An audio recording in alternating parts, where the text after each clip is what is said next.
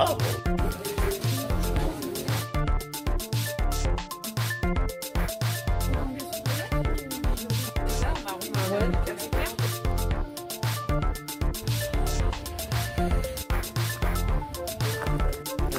là, on se retrouve...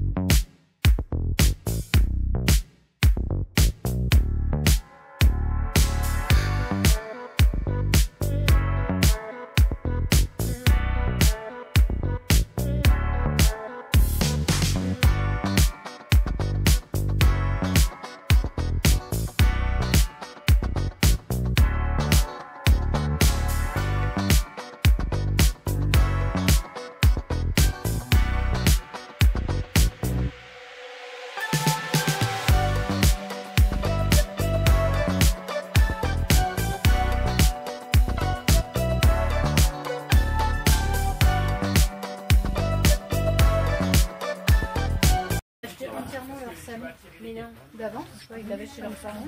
C'est ça. Alors donc, on est parti. Ça y est. Allez, je vous écoute. Donc nous, c'est nos journées portes ouvertes, ce qu'on fait en fait tous les ans.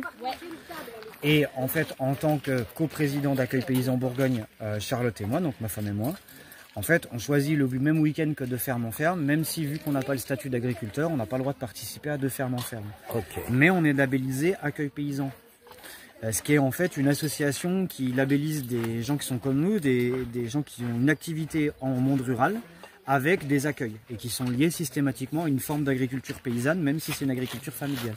Donc voilà pourquoi c'est ouvert dans ce cadre-là. Okay. Donc on est un peu différent de ferme en ferme, c'est que nous on invite aussi des copains producteurs éventuellement à venir, ce qui normalement dans de ferme en ferme ne se fait pas. Donc là par exemple vous avez différents stands, les potions de Julie qui viennent des Dombes. Bonjour Julie. Bonjour. Caro et Franck de Famille Chambre qui viennent du village de Baudrière juste à côté de chez nous. Oui. Donc ils sont des producteurs de CBD. Oui, oui, ok. Et Maya qui est pas là, qui est du village, qui est là, ok. Qui fait peinture, macramé et puis habits en crochet. Et puis des petits personnages. Et des personnes. Entre autres. Parce que je fais des sacs. Et puis après, bon, là une petite buvette, une petite restauration. Et Pauline de la brasserie La Rustine à Éperville. Ah, ok. Voilà. Et c'est que des gens qui sont revendus à notre boutique tout l'été quand on a des touristes chez nous. Ah oui, ok. Voilà. En plus. Voilà, okay. C'est systématiquement des gens qu'on va prendre aussi dans ce sens-là. Okay. Et aussi parce que c'est des copains. On a aussi en dégustation du pain de chez Fouettard, qui est boulanger aussi à Baudrière au village, et qui est aussi du pain qui est donné pour les petits déjeuners de nos gîtes. Voilà. Et parce qu'il y a encore ça en plus. Oui. Alors, après, éventuellement, je vous laisserai découvrir la savonnerie avec Charlotte tout à l'heure si vous voulez faire en 2 morceaux. Ok. Et puis nous, on peut faire le tour des gîtes et du tour du terrain. Comme vous voulez. Okay. Allez, alors, hop, c'est parti. On passerait aller voir un petit peu. Bah, y en a, c'est pas eux, c'est pas la peine, hein, par exemple, de passer les deux. Bon, ok. Bon, voilà.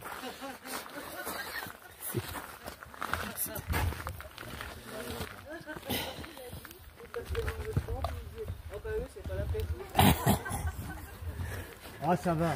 Ah oui, là, ça... Oui, ça change tout, là. Alors, qu'est-ce qui a monté tout ça? Eh ben, en fait, d'abord, c'est une maison familiale. C'est la maison des grands-parents donc de Charlotte, la savonnière. Nous, on a vécu 14 ans en Guadeloupe. Et on cherchait un projet agricole. Et quand les grands-parents ne pouvaient plus entretenir tout ça, bah, ils ont proposé qu'on rachète ce lieu. Ok. Donc de base, en fait, c'est 2 hectares d'eux. Ils ont été en grande partie plantés par les grands-parents de Charlotte. C'est pour ça qu'en fait, on bénéficie d'arbres qui sont assez anciens, etc., oui. qui ont plus de 30 ans. Et nous, quand on est revenu vivre ici, notre premier projet, c'était d'arriver à une autonomie, une indépendance alimentaire. Donc en partie, on a atteint notre indépendance alimentaire. Et pour faire un projet financièrement, pour faire vivre la famille, Charlotte, qui faisait déjà de la savonnerie et de la cosmétique aux Antilles, a lancé la savonnerie. Donc ça a été le premier projet ici. Et moi, pendant ce temps-là, en parallèle, je travaillais encore en tant que prof. Et donc du coup, j'ai installé tout doucement les cultures et puis avec le beau-père, donc le père de Charlotte, on a commencé à construire toutes les structures de gîte pour faire de l'accueil, parce qu'on voulait vraiment faire de l'accueil. Donc la première roulotte que vous voyez à gauche, là c'est la première à être arrivée, et celle-là on l'a entièrement construite. Ah oui. Ouais. Sur un modèle de roulotte de directeur de cirque allemande. Oh là là là là, ok. Parce qu'en fait, dans les roulottes, on croirait que voilà, c'est la roulotte, c'était l'habitat gitan. Oui. Mais on oublie qu'en fait, il y avait des gitans partout en Europe. Et que du coup, il y avait énormément de styles de roulottes très différentes, quoi. Très différent. Donc les roulottes qui étaient les plus longues, bah, c'est une réplique. Hein. L'idée, Oui, c'était oui, pas oui, de. oui. Voilà, les roulottes qui sont les plus longues étaient celles qui étaient réservées plutôt au directeur. L'idée qu'il y ait une salle de bain à l'intérieur, Oui. c'était déjà énorme, quoi. Donc là, c'est le cas de celle-ci. Vous allez voir un peu à l'intérieur comment c'est fait. Si vous avez envie de regarder dedans, je peux peut-être un peu vous donner. Voilà, bah, je vous laisse On va éventuellement regarder voir. si ça Celle-là, prend. elle a été construite pour 4 personnes avec une salle de bain au fond. Ok.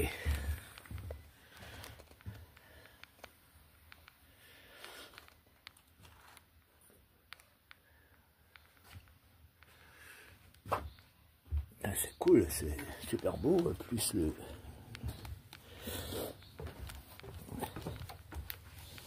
Et du coup, une des grandes questions qui a été posée tout de suite par la construction de ce type d'habitat, c'est la question des évacuations des eaux. Alors du coup, on est parti sur le projet qui est né tout de suite en même temps, c'est-à-dire que les eaux usées sont naturellement filtrées par un système de phytoépuration naturelle.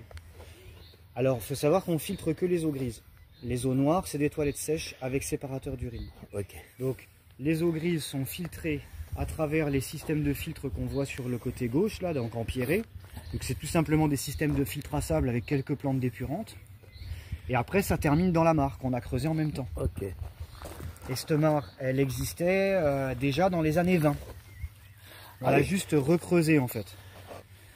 Et ce qui est assez fou, et ça c'est un peu le projet taré de cette histoire, c'est que quand on a creusé avec le terrassier, en fait en dessous il y a une grande stèle en pierre, tout en longueur, et quand on a tapé, l'eau est arrivée par là. Ah oui. Donc on s'est dit en Bresse, une stèle, de la pierre en Bresse ça n'existe pas quoi. Il faut aller chercher vraiment pour en trouver. Donc cette stèle, elle a été posée quelque part à un moment par des humains, probablement pour marquer cette source pour X et X raisons. Ce qui aurait été génial, c'est de prendre le temps de l'excaver pour essayer de voir comment elle est. En fait, nous, on l'a pas touchée parce que ça signifiait recasser tout ce qu'on venait de construire quoi, autour. Donc c'est resté un peu notre petit mystère du lieu, quoi. Oui. Donc cette mare, elle sert à épurer les eaux, mais en même temps, très vite, elle a ramené de la vie, quoi. Donc on a des grenouilles, des salamandres qui sont arrivées très rapidement. Et en fait, on se rend compte que quand on crée des points d'eau, on ramène de la biodiversité à une vitesse hyper folle, quoi. Donc ça, c'est vraiment le côté chouette. Maintenant, on s'en sert pour faire de la médiation pédagogique autour de la question de l'eau, de l'épuration des eaux, etc. Qu'est-ce que deviennent nos eaux une fois qu'on les a utilisées, parce qu'on a fini un peu par oublier dans nos têtes ce qui arrivait à cette eau, quoi. Donc Charlotte a développé toute une gamme de savons et de produits ménagers qui ne sont pas dangereux pour les habitants des mares. Voilà. Donc là, on enjambe la tranchée drainante. Donc ce premier projet-là, il arrive en 2021. Et puis en 2022, on dit faut qu'on agrandisse, on veut plus grand, etc. Donc là, on a amené 2 logements supplémentaires. Et cette année, notre petite nouveauté, c'est celui-là. En fait, on vient de l'amener, ce char, on vient de terminer de le faire. Et donc c'est là-dessus qu'on va faire la table d'hôte de nos gîtes. Ah oui. Donc un char à foin des années 30 qu'on a réaménagé en chariot de western américain.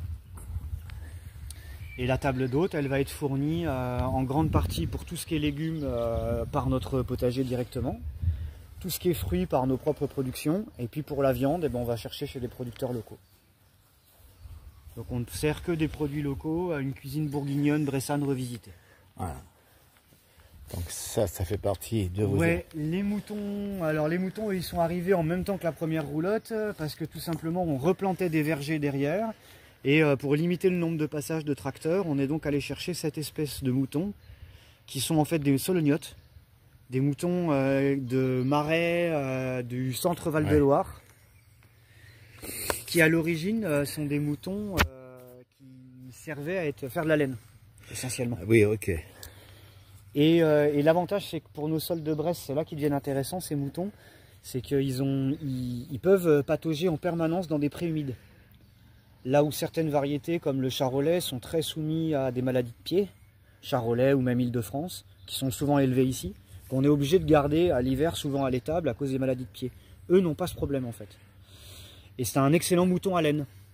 Donc nous au début on ne savait pas trop quoi en faire, et à la première tonte, eh ben, vous verrez, c'est rentré dans la savonnerie en fait maintenant. Ah voilà, d'accord. L'utilisation de la laine. Donc là, c'est la culture. Ouais, nos Le jardins, jardin. mais que je vous ferai peut-être visiter à la fin, si vous souhaitez. Ok. Puis après, on peut faire le tour du reste du projet. Puis si vous voulez voir un truc en particulier, bah faut pas hésiter à me Et il y a combien de temps vous avez démarré toutes ces choses-là? 2020. 2020. Ah, 2020. pas si vieux que ça, quoi. Bah ouais, c'est tout jeune comme projet. Du coup, cette mare, ben, petit à petit, ce qui s'est passé, c'est que de petits trous d'eau, elle s'est transformée à lieu où les gens viennent. C'est le lieu commun de nos gîtes, où les gens viennent se reposer, quoi, parce que l'été, ça, c'est toujours Oui, frais. c'est toujours frais. Et puis maintenant, on apprend aux gens à pêcher les grenouilles sans les blesser, aussi pour jouer, et puis ça permet de faire de la médiation autour des bactraciens. Notre deuxième roulotte polie. Polly, c'est une roulotte type irlandaise, donc on l'a rachetée à quelqu'un, elle était vraiment tirée par un cheval, c'était un monsieur qui l'a construit pour faire des balades avec sa femme et partir en vacances. Ouais. Donc nous on lui a racheté ça en irlandaise et on l'a retapé comme les irlandaises, les roulottes irlandaises, qui sont en fait ces roulottes des gypsies du nord de l'Angleterre, dont les roulottes étaient des roulottes en général assez simples, mais extrêmement bien décorées, c'est-à-dire avec un décor qui était très chargé. Parce que c'était aussi les roulottes cercueil. C'est-à-dire que c'était les roulottes dans lesquelles on allait se faire inhumer. D'accord. Et on allait se faire immoler quand on mourait. Ok. Donc on décorait la roulotte de manière très chargée comme cela, avec beaucoup de symboles celtiques. Oui, oui. De manière à lui donner cet aspect un peu majestueux de dernière demeure. Okay. Donc ça on l'a vraiment retapé nous dans cet esprit-là, parce qu'on aime bien les irlandaises, mais attention c'est une réplique. Hein. Les irlandaises étaient sur des roues de char en bois. Enfin, Beau. et à l'intérieur, ça c'est un logement pour deux, avec une petite alcôve au fond, une petite cuisine. On a vraiment réimaginé comme une roulotte irlandaise. Ok. Puis dernier logement, on en a un derrière.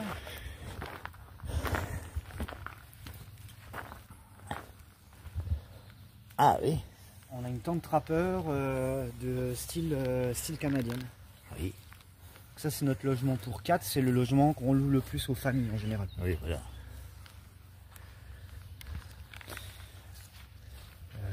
Quoi vous dire sur celle-là? Bah pas trop Bah, grand chose, peut-être vous voulez voir l'intérieur du fait. Il y a tellement de choses. Il y a tellement de choses à voir en 2 minutes de temps. Bon, après vous ferez votre tri quand vous Oui, voulez. oui, oui. Ah oui, purée. En plus, ça passe bien, la lumière passe bien à travers la toile. Cool. Ouais, si la meilleure étant la luminosité de 18 heures, ouais. là, quand ça chauffe l'intérieur de la toile. Purée.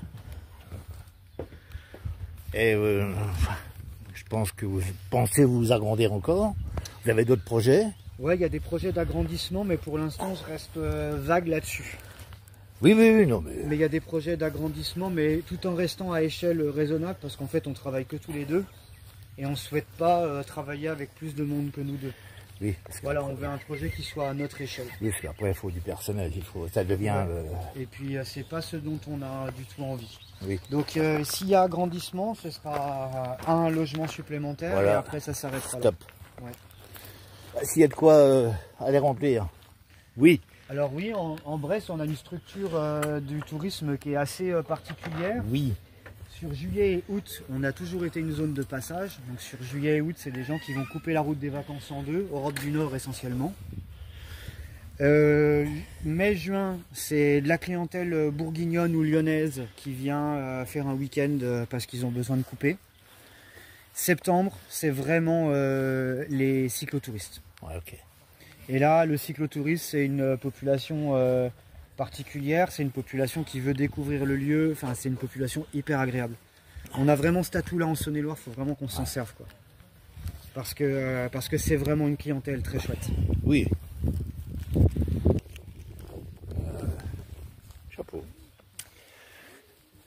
donc le verger que les grands-parents avaient déjà planté, donc qui est productif et qui sert à nourrir une partie de la famille, quoi, noisetiers, pommes, prunes, etc., poires. Les poires, c'est moi qui les ai remis.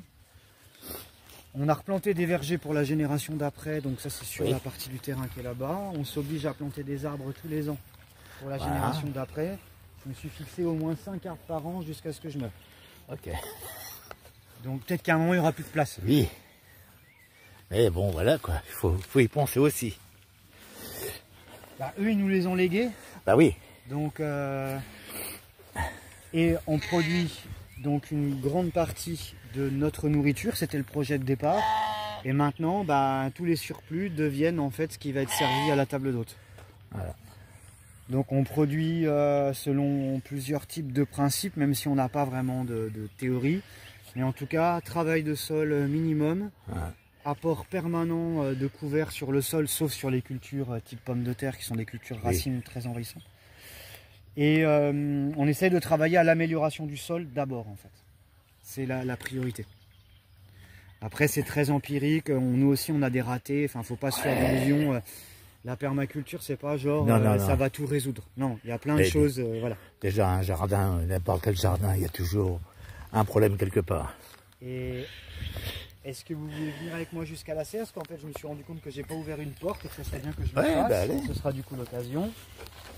Donc, chaque année, on fait des agneaux. Oui. Qui sont en général vendus pour de faire du pâturage, comme nous. Ah oui, ok. Donc voilà, là, par exemple, l'agneau, là, qui est juste là, lui, il est déjà vendu pour une exploitation qui fait des plantes à parfum à Montpont-en-Bresse, pour faire de l'éco-pâturage. Viens montrer ta tête de petit mignon. Viens montrer comme t'es mignon. Bon, il a été élevé au biberon. Oui, du coup, voilà. On voit qu'il n'est pas sauvage du tout. Ouais. Ah oui. Tout sympa, toi. Oui, tout sympa. Bien. Et du coup, là, je voulais aller ouvrir la deuxième porte de serre, parce que je n'ai pas encore fait. Oui, de toute façon, il faut trouver quand même des sources de revenus. Oui, évidemment, parce que ça, c'est le revers de la médaille de ce projet. Il faut en avoir conscience. C'est que il faut quand même réussir à s'inventer son revenu, sa couverture sociale, tout ça. Et bon, bah voilà, ça c'est un peu le revers de la médaille. Comment fait-on pour faire ça? Oui, comme on est tous un peu pareil. Hein. Oui, oui, oui, oui.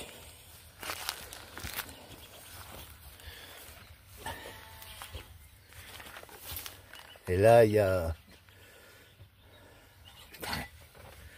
pommes de terre déjà.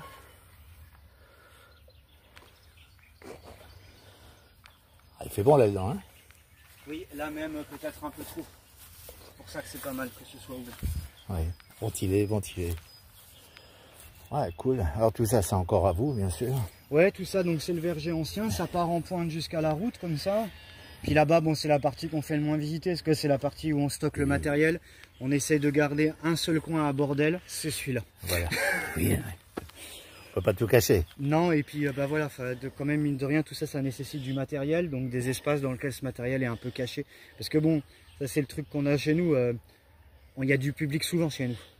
Et du coup, pour que le lieu reste systématiquement propre et rangé, bah, c'est vachement taf. Oui, il y a... Donc, j'ai gardé des espaces privatifs de manière à dire, ces espaces-là, je peux pas m'obliger systématiquement à ce que ce soit carré. Quoi. Ok, ok. Je comprends. C'est normal. Voilà, du coup, je vous aurai à peu près tout. Bien. Bah, ça valait le coup de venir. Ah, merci, c'est gentil. Surtout le coin là. Ah bah ce coin là, c'est... Moi je peux passer, quand je bosse au jardin, j'ai cette chance là, je me dis, des fois je lève la tête et je me dis oui, bon certes tu bosses au jardin depuis 3 heures, etc. Ou même des fois à 6 heures. Mais en même temps quand je lève la tête, bah, je me dis je vis dans un bel endroit. Ah oui, bah. Et moi qui ai été prof pendant des années et qui ai fait un job de bureau souvent dans des locaux qui sont moches, Ouais. Bah, avoir retrouvé cette qualité de vie quotidienne, eh ben, en fait c'est chouette. Ouais. Et ça a vraiment assez peu de prix en fait, dans la vie. Ouais. C'est beau. Ah, super. Hein. Je pense qu'avec ça, on doit pouvoir faire quelque chose de bien. Donc après, il me reste la savonnerie à voir. Ouais, la savonnerie. Pas plus. Charlotte, Pomme, tu peux faire visite. Je vous écoute. Et bien ici c'est le labo de fabrication.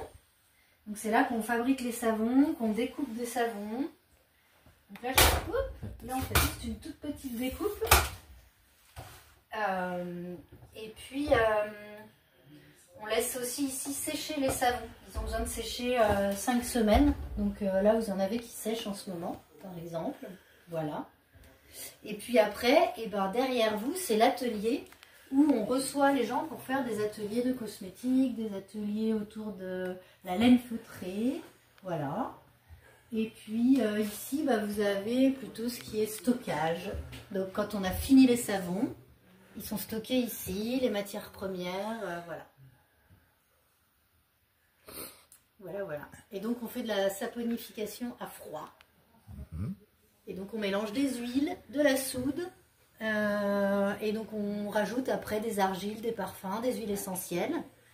Et on laisse sécher ces savons 5 semaines avant qu'ils puissent sortir. Et la saponification à froid, ça permet de garder, de travailler à froid sans avoir de chauffe trop intense sur des huiles qui peuvent être parfois nobles. Et à combien de temps vous faites ça, le savon? Et bien depuis la savonnerie est ouverte officiellement en mai 2021. 2021. Voilà. Et après, j'ai les ateliers, chaque année il y a des nouvelles choses. Oui, Voilà. voilà. Les ateliers c'est cette année. L'année dernière on faisait plutôt des savons en laine feutrée, donc on avait du monde qui venait plutôt, on a eu plutôt l'été. Et puis là cet hiver on a fait pas mal d'ateliers, on reçoit différents publics, on a des particuliers, on a des centres de loisirs. Alors chaque fois c'est des petits groupes. On fait aussi des team building, donc des gens en entreprise qui viennent faire un atelier ensemble, puis après profitent de l'espace extérieur. On a des personnes en résidence aussi qui vont venir ici travailler un petit peu. Ah ouais. On fait, c'est très varié en fait, notre public est très varié. Voilà. Donc là, hop, je finis une découpe.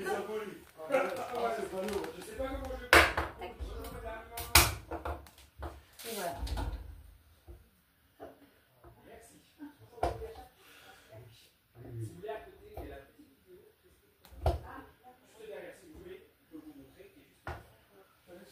Voilà.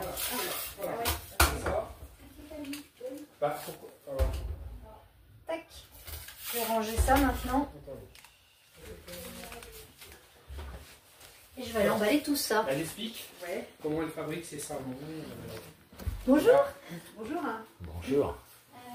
Alors, hop, des petits Après, il y a ici, là-bas. Voilà.